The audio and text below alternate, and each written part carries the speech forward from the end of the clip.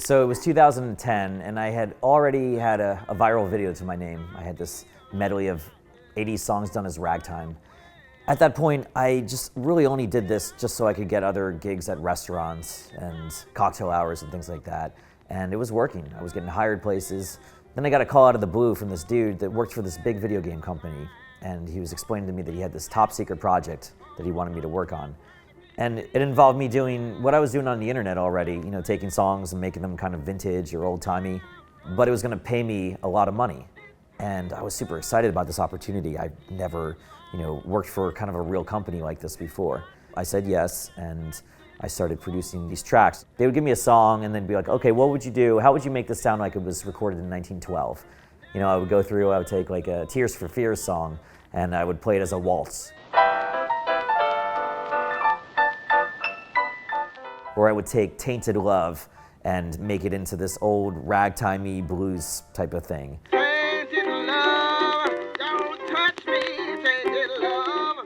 They paired me with this amazing singer named Mickey Braden, who was actually a Motown legend. She grew up in Motown, she studied with the Funk Brothers, and they told me that she would be singing one of my arrangements. And at this point, I had never really teamed up with a singer before. I didn't even really like singers at the time. I was like, oh, they're just gonna mess up my piano playing or something. So we got into the studio, and Mickey Braden just let loose with this amazing kind of Bessie Smith blues voice, and I could just feel like all the hairs on the back of my neck just stood straight up. I had never experienced that kind of feeling before, hearing an amazing singer sing to one of my arrangements. And I just thought, well, maybe I'm not just a pianist. Maybe I have a chance at being a producer. Maybe arranging. Maybe that's something I like to do. The game came out. It was called Bioshock Infinite. It was critically acclaimed, and that led to all these other doors opening for me. I was in New York City, and then I got a call about this off-Broadway show called Sleep No More. Wound up checking it out, had a great meeting with the producers, and wound up becoming the music director there. And it's this super creative kind of mashup of Shakespeare and Hitchcock, and it's set in 1939.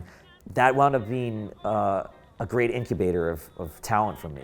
So what started out as a gimmick, this video where I'm taking songs and making them into ragtime, wound up opening this whole new world for me, where all of a sudden I'm teaming up with amazing singers and becoming an arranger and a bona fide producer.